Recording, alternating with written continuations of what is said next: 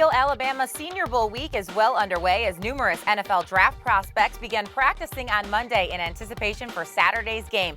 9 of college football's top seniors opted to sit out, while 19 invited seniors will sit out due to injury. Now let's bring in our NFL draft insider, Russ Lande, to discuss the latest from Mobile. Russ, I know you're there, and I know these practice days are long and tough for these seniors.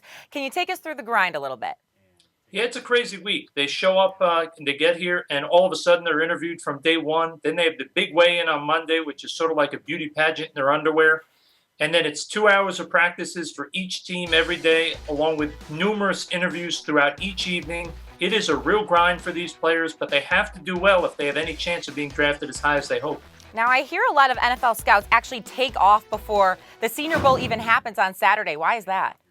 Well, they feel they've gotten what they need to see in those first 3 days of practice, Monday through Wednesday, and they get all the interviews done. So no real reason to stick around just to watch the game on Saturday. Crazy. All right, Russ, let's focus in now on these players. Is there an under-the-radar guy that has really impressed NFL scouts in the last 2 days? Yeah, I think right now the guy is Aaron Donald, the defensive tackle from Pittsburgh. He came here viewed as sort of an undersized guy needing to prove himself, and he had a great first day of practice. He showed explosiveness off the ball, the power to dominate at the point of attack, and really the great hand use to defeat blocks and make plays behind the line of scrimmage. If he keeps playing like this, I wouldn't be shocked to hear his name called in the first round.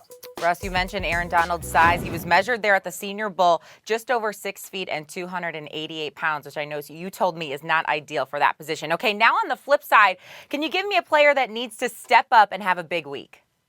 You know, I think a lot of signs point to Logan Thomas, a quarterback from Virginia Tech. 2 years ago as a sophomore, he was great. NFL teams were all excited that he could potentially be the first overall pick when he came out. However, the last 2 seasons, he's been wildly inconsistent. He really needs to show this week that he can learn from coaching when he's down there, having the fundamentals worked on, and that he can be an accurate thrower. If he does those things, he might be able to start climbing up boards to maybe where he can be a third-round draft pick.